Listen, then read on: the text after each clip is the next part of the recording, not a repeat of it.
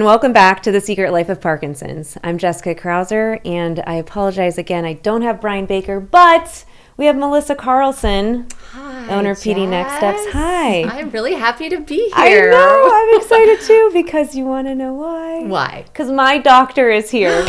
Yay! Dr. Andrea Malone, movement disorder specialist from OhioHealth. Welcome. Hi, thank you. I'm so excited to have you here. I'm pretty excited. Good. And nervous. Show us how excited you are. I know. But we're a fun group. But no, thank you so much for joining us. Thank you. These are, for those of you out there, these are my two favorite people in the world that I found.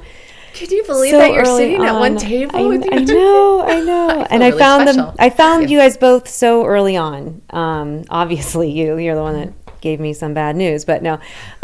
Dr. Malone was the one that diagnosed me with Parkinson's back in July of 2019. And then 1 month later, I met Melissa, who's hopefully helping me slow the progression through exercise. So through my medication and advice from a doctor and exercise, which was one of your big pieces of advice, I feel like I'm in a good place for most days. Yes. I have some bad days, but we'll could talk about that on another podcast. So today, what we wanted to talk about is how can patients or caregivers best prepare for their visits with their general neurologist or with a specific movement disorder specialist. So I'd like to at some point, like as we talk through, like can we narrow it down to like what are those top 3 to 5 things? But I thought I could just, get us started, because one of my biggest things that I thought was a great way to prepare for a visit is I brought my journal.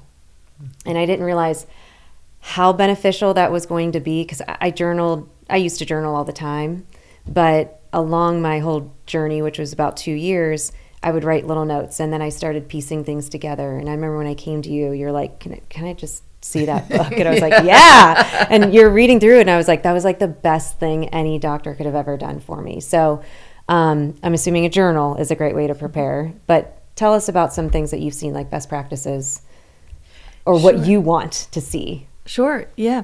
So I think when it comes to patient care, there's a lot of different ways to deliver it, right? And so sometimes a patient will come in nervous or anxious and is unsure about a diagnosis of Parkinson's, and they bring in 12 family members. Oh. And so that I didn't know you were allowed to bring in. This you want to meet my mom? Actually, I think you have. This is pre-COVID, but that can be helpful. But I think having 1 or 2 is great. Yeah. Because then when a patient is talking, we can also look back at the caregiver who's shaking their head no, while the patient is shaking their head yes, and we can stop the conversation and talk about it. I think bringing a list or a journal or anything, extra information from a physician that saw you previously that we may not have, MRIs, lab results, things like that are really important for us to review. Preferably those things are done kind of before the visit, so we can use the visit to talk and counsel. But those are excellent ways to just start the topic. One of the things I like to do when a new patient comes in is sort of get a sense for what are they expecting? What is a patient expecting, right? So oftentimes a new patient for me as movement disorder neurologist will be, I'm going to probably either diagnose, undiagnose, right? Which is one of our favorite things to do. Yeah. Diagnose, undiagnose, or another, just another opinion and send them back to their neurologist that is currently wanting to continue care. So it's nice to know sort of where we are. And then another question I ask sometimes is, how are you doing? And sometimes a patient will say, terrible, because this, that, and the other. And some patients say, oh, I just moved to Columbus and want to establish with someone and I'm doing well. So if we know ahead of time what our goals are, I think it helps. So when it comes to like taking note or like list of things that people are feeling or going through, do you ever have, we've talked about this before, because Melissa will do assessments of people at the gym for herself, like to say like, this is what you can physically do now, and just making sure that they know what their capabilities and things like that are. do people ever bring you things like that? Like I kind of wish I would have done it to then say each visit, you only see me for 30, 45 minutes, but this is a bigger scope, or maybe a video or something. Right. Is that, because you only get a small subset. It's like, well, if you lived with me, you'd see a lot more. Right. So how do people like narrow that down? Right. So that's tough, because especially if somebody is single or lives completely independently and maybe is even starting to have some memory issues. Yeah. Right. But let's say memory is intact and they're exercising and they're going to rehab. What's nice is PT, OT, and speech, if done anywhere, will send me letters. So I have all of those, and I read through them and sign them, and it's required, essentially. We have good communication back and forth. Sometimes an exercise physiologist will communicate some concerns before the visit. Are all hospitals set up that way? Like, I know at OhioHealth, like you guys have a great, a lot of resources, but I don't think not everybody does. Right. So do they have to ask a question, I guess, to their doctor about that? Right. Yeah, that's a good distinction. So general neurologist, maybe out in the community, would probably not have access to neurophysical therapy or some of these great exercise programs that we have in Columbus. But at OhioHealth, we have what we call an interdisciplinary clinic. And so you may not see the physical therapist on the same day if you're at a different site, but they are all part of the care team. So that's unique. Yeah. I've practiced at another place where that wasn't happening yet. Yeah. So these are kind of some neat things that we'll probably start to pick up at different places. Do you guys ever connect? Well, actually, you're probably going to say no, because I know young onset patients aren't a higher population, but I was just at my yearly checkup with my gynecologist, and we were talking about different things of, do I get back on birth control just to alleviate symptoms of, just regular womanly problems. But, she's like, let's talk and learn about if there's any conflict with the medication, or like monitor how I'm feeling, before I start my period versus during the, sorry guys, if you're watching this, you don't want to talk about that, but hang out for just a second. But like, do you guys ever make connections to like other doctors like that? Like, should I put you in touch with her? Yeah. These are great things. So yeah, they are. I mean, they take a little more time. And so I think sometimes, you'll get a provider who maybe doesn't either have that time in their schedule or doesn't want to make that time. Yeah. But reaching out is perfect. We usually will send a letter to the referring provider, definitely at the first visit. And then if there's anything that's critical, maybe the cardiologist needs to be involved because someone's blood pressure is dropping. Yeah, that's true, I guess. That makes sense, maybe, and sometimes we'll call. If we know them directly, we'll call or private chat and just take care of it right. Sometimes we'll take care of it in the office. Okay. We'll call up a cardiologist down the hall and say, hey, we want to make a change. Can we do this? Yeah. Patient's here now. They'll say yes. Okay, hang up. Done. Oh, that's good. And patient can go their way. Yeah. Well, I might. So. Because my gynecologist, she's, I've been with her since the twins were born, or before that, and so it's been like 15 years, and she's just like, I don't have any Parkinson's. Yeah. It's better to communicate. Yeah. It's better to Absolutely. to communicate, educate, and there may be things that we don't know about general OB and gyne as well. Yeah. So one of the other questions is, and I want to dive a little deeper into this one, is this is for people out there. If you have Parkinson's, what I think you should bring to your movement disorder specialist is be prepared to tell the truth. So don't hide your feelings or symptoms, similar to what we had Michael Moore on here that talked about the Parkinson's play. And that was his whole story, is he just would go in and he's like, yeah, I'm fine. And he would either go in with his wife or not. And he would say, that was the basis of the whole play. And, I do have friends that they go with their parents and they're like, they're not telling the truth. And so how do you, I guess, reinforce patients to be upfront with you, or, who can also contact you? Like, could my husband, Derek, could he ever call you aside to be like, hey, Jess is really struggling, but she's not coming to terms with it. Like, is that allowed? Like, I don't know, with HIPAA and all this stuff. Right. What you can't keep yeah, well, sometimes we'll do lie detector tests. No, I'm just kidding. I'm just kidding. Wow! I'm just kidding. No, that is not the case. I know. No, that does bring up a really good question.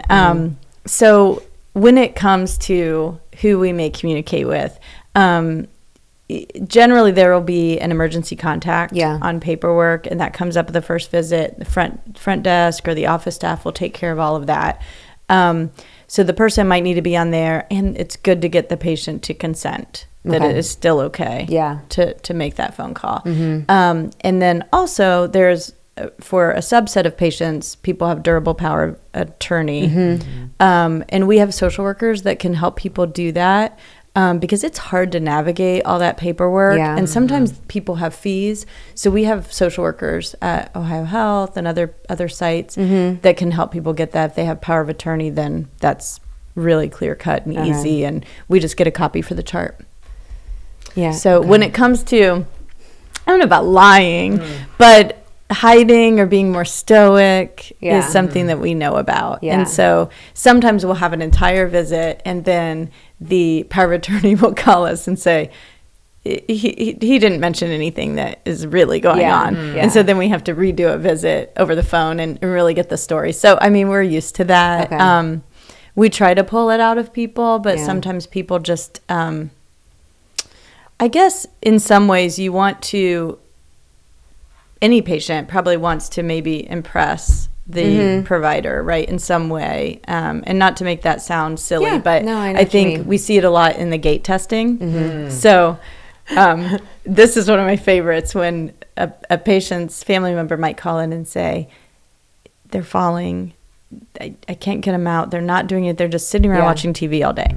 So we get them in the office, and they look great. I mean, they have their walker. They're using it the way they should. They turn well. They walk in well. They're smiling. I mean, how are you doing? I'm doing great. And then, again, you see the family member going, this isn't what they look like at home. And we know that, right? And so we call that showing off, you know, just being silly. But we're like, we know you're showing off. We know you're trying to get brownie points. Tell us what's really going on. And so it's nice to...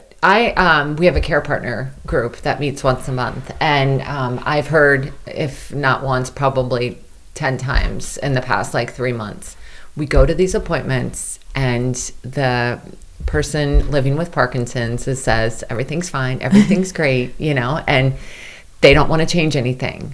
We have some, and not to be stereotypical, but it generally it seems, at least in our group, that it's a lot of the men that don't want to change. Everything's fine. And meanwhile, I see a change. Their spouses see a change.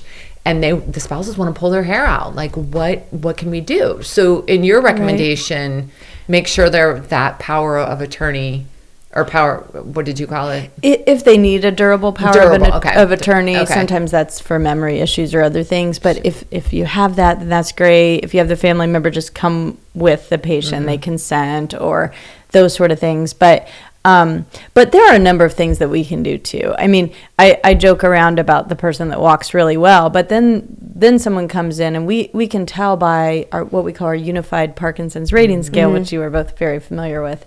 I tend to do it at every visit, part of it at every visit, the motor part. And I know if somebody's score jumps higher, right, then I don't think their meds are where they should be, right? And so I'll usually have that discussion. The only problem in that case is when the patient says, I don't want to increase it. Right.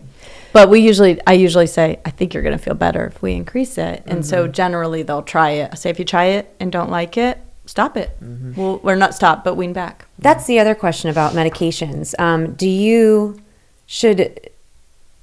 Should I be medicated?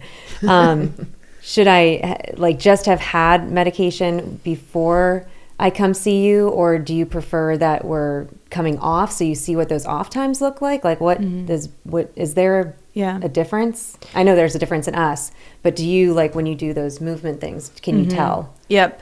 That's a really common question. I always advise taking the medicine. If we are wondering if something is an off period or maybe somebody's really anxious and we want to know, could it be anxiety when they're off, or could it just be plain old, depression, anxiety? Are they having something else during it? The other thing is, it's really hard to know. A patient really doesn't always know how to explain tremor and how to explain dyskinesia over the phone. And so if we want to see any number of those things, sometimes we'll have them come in.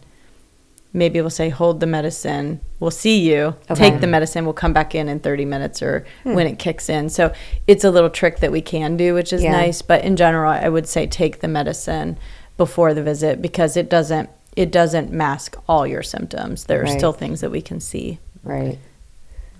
I love that she can tell that people are lying. I know.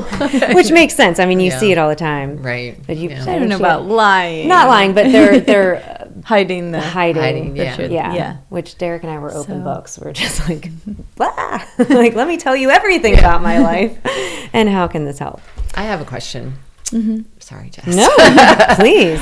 It seems, I do a pretty extensive consultation when people come in, and just to make sure we're the right program for them. And one of the things I like to touch on is the anxiety and the apathy and possible depression and stuff. Is that something like standard? Since I've never been to like a a visit. So is that a standard thing? Because it seems like a lot of the people are, that I've come across are like, oh no, I don't want to add another medication, when in fact they really are. Their family members have said like, oh, super anxious, like, can't sleep and et cetera. So is that a general thing that you guys cover every visit?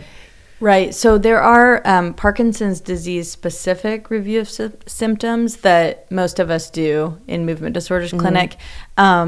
Maybe not in general neurology clinic. I mean, you might say, how's your mood, or how, and then move along if they give a short answer and it sounds okay. You can also do a couple different paper scales. And I know that primary care has rolled that out. And those are like the general depression inventories and anxiety inventories. And you just fill out, some paperwork and submit it. You need to be truthful, though. It's still, you still could pass that with flying colors. Because I want to say because it was really early on, and that I talked to my primary care physician about when I got on my antidepressant, sertraline, whatever of them that is. But because we were talking about, we're like, is it because of the diagnosis itself and dealing with that, or is it because of the disease and what it does to the mind? So it's always hard. But yeah, that's a tricky one. Yeah. Like, who do you talk to, and how open are people going to be? Seems to be a general theme with a lot of this. I mean, really, right. And then you add on the stigma of mental health, and it makes it a little more difficult. Oh, yeah. So for sure. And I try to do. I mean, I think we're at our facility, we're pretty open about like, okay, this is okay. This is okay. Yeah, it is okay to not feel okay, and there's help. Right. You can. The second I tell people, like, I got on it, and that joyless feeling that was there is now gone. And that was because that was probably worse than any of the stiffness and rigidity that I had. And so, I mean, this is an interesting segue. There's something that you had talked about. Should we talk about non-motor symptoms? There's interesting segue. Yeah. Anxiety and depression, mood is a non-motor symptom. And sometimes it does bother patients more than tremor itself, Sleep is also one, constipation. Yeah, we're going to have a segment on constipation. Yeah. I know. I mean, it's so real. Right. There's a lot of people really deal with it, and it's... You have some interesting titles for that talk. I bet. That would be fun. So if you had to narrow it down to like your top 3 or top 5, what would you recommend to, people who are already diagnosed with Parkinson's, or who think they might have it and they're going to see a doctor? What would you recommend they bring that day? Right. Really, I thought about these questions. I think the first visit is easy. Beyond that, I really don't like to put a burden on patients, because I often say, you don't worry about that. Let us worry about it. So personally, the way that I practice is that for the subsequent visits, I just want you to follow up on the things that we decided that was part of the plan. And if you do that, then great, because there's still people that come back and say, oh, I didn't do that. I didn't go to therapy. I didn't do that. I didn't get the MRI. I didn't do. So some of those things, I just want you to do that. But first visit, I think, it's nice to have any neurologist that they've seen. It is nice to be able to access those records or bring them with the patient. Any imaging is important to us. And then really just a timeline. When do you think things started is important. What are they doing in terms of exercise? What types of exercise? What meds have they tried? If they can remember some of the names or even anything about it. I mean, there's not a ton of medicines in Parkinson's. We usually say, oh, it's that yellow pill. Okay, got it. I know what you and I are talking about the same thing. I get someone that says, I've got the big football. Got it. Okay, I know what you're talking about with big football. But we of course clarify. But but so I think having, I tried that and I hated it. Well, why'd you hate it? Do you remember? And it gives us a little more insight. A family member is great for the first visit. Unfortunately, there are some tears in our office, more than we would like. And so having somebody there with them is nice. Our practice, we try to give the patient enough time to deal with the tears with us. But sometimes a patient might feel better having someone that they know beside them. If they think it's going to be a stressful visit.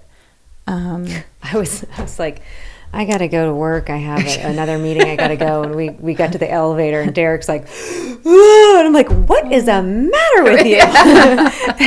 Because I knew coming in just from all the symptoms that I've had and whatever. So it was more of a relief for me. So I feel bad. I don't mean to joke with him, but it's just he gets in and I had to cancel all my meetings because I had to take care of Derek. But yeah, I know a lot of people that I talk to that they just they're like, I had that crying fest in the office, and because it's something you don't want to believe, but that's what we're hopefully trying to change, is breaking that stigma. And it's you can still live your life. You don't change just because you got the diagnosis, because guess what, you've probably had it for a few years and you just now know the name, which again, I was happy to know a name, so I didn't think that I was going crazy over all these random things that were happening at once. So this was great. Okay, any last parting words? I feel like you want to say something. I do. I have so much I can say. We'll bring you out again. If you had fun, we'll bring you out again. We didn't scare you. No, we just appreciate your demeanor and how, the care you provide. And it's so, when people say, oh, I'm going to see Dr. Malone, I'm like, okay.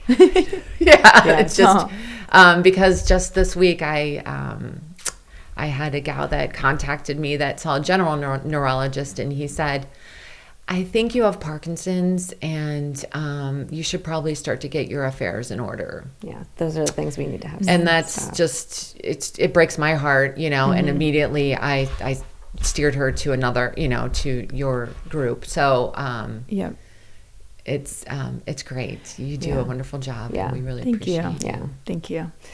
It's surprising and interesting that those things are still happening, but I hear them a lot. And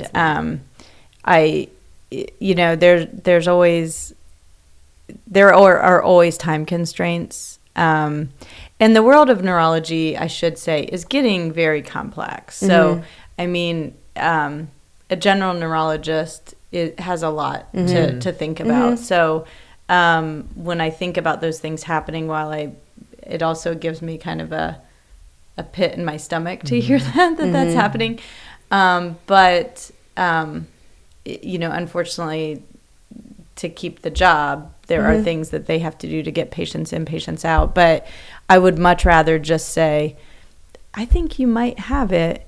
Let's get you in touch with someone who knows more about this, and just leave it there, and or even call and say, if they're in our office, a lot of times we'll leave the visit, just a minute to the current patient, shut the door, walk to the other side, walk in and evaluate the patient that we don't know, that they're asking us to kind of curbside on. Yeah. So those things are available. Yeah, they're there's always ways to do available. it. We're always ready to jump in and help, or a video or something like that, Yeah. or a quick phone call. So I think, it shouldn't be happening. Right. Well, you Sometimes still is. guys have your education series. I know for Parkinson's patients, I want to create my own series for neurologists. To be like, from a patient standpoint, this is, but no, that's it. Everybody, that we've had on, and I've had a lot of people comment on, their own doctors and their experiences, and there is definitely a mix of good and bad, but it's just like with any doctor. You're going to relate with some and not relate with others. So find the one that fits your personality and fits you best. Find the right fit is right. And if I can say this too, I really like it when a patient has a good family doctor, because sometimes you'll see that too. They will maybe start to tell us about things that they perceive as not going as well as they would like. And I say, well, maybe, we don't want to guide them in the wrong way, but we want to say, we want you to have somebody that that you trust. I mean, primary care is the first stop. Yeah. It's the first stop. It's the quarterback. So I really kind of insist on patients having a primary care provider when they see us. So we don't let people go out without one usually. Well, thank you again for coming on, and thank you for filling in Brian's shoes. Brian, you might be losing your job. I like this chair. You know how many comments we're going to get back? Oh, be I like, know. we need Brian. We need Brian back. It's fine. It's only temporary. As he likes to call himself, the eye candy. The eye candy will be back. Yeah, but thank you very much for Yes, making time. thank you. Thank you. We This is great. appreciate you very Thank much. you. Yeah. Well, in our last 30 seconds, I'll leave you with this. As we state all the time, do what's best for you and talk to your doctor. This was my doctor. But please be sure to talk to your doctor before you make any changes, or, bring the questions that you have on a daily basis. Write them down. Make sure that you're documenting things. Bring a family member with you and consult with your doctor so that you can live a better life as quickly as possible. So we will see you again soon, and thank you again so much for coming in. Thank you.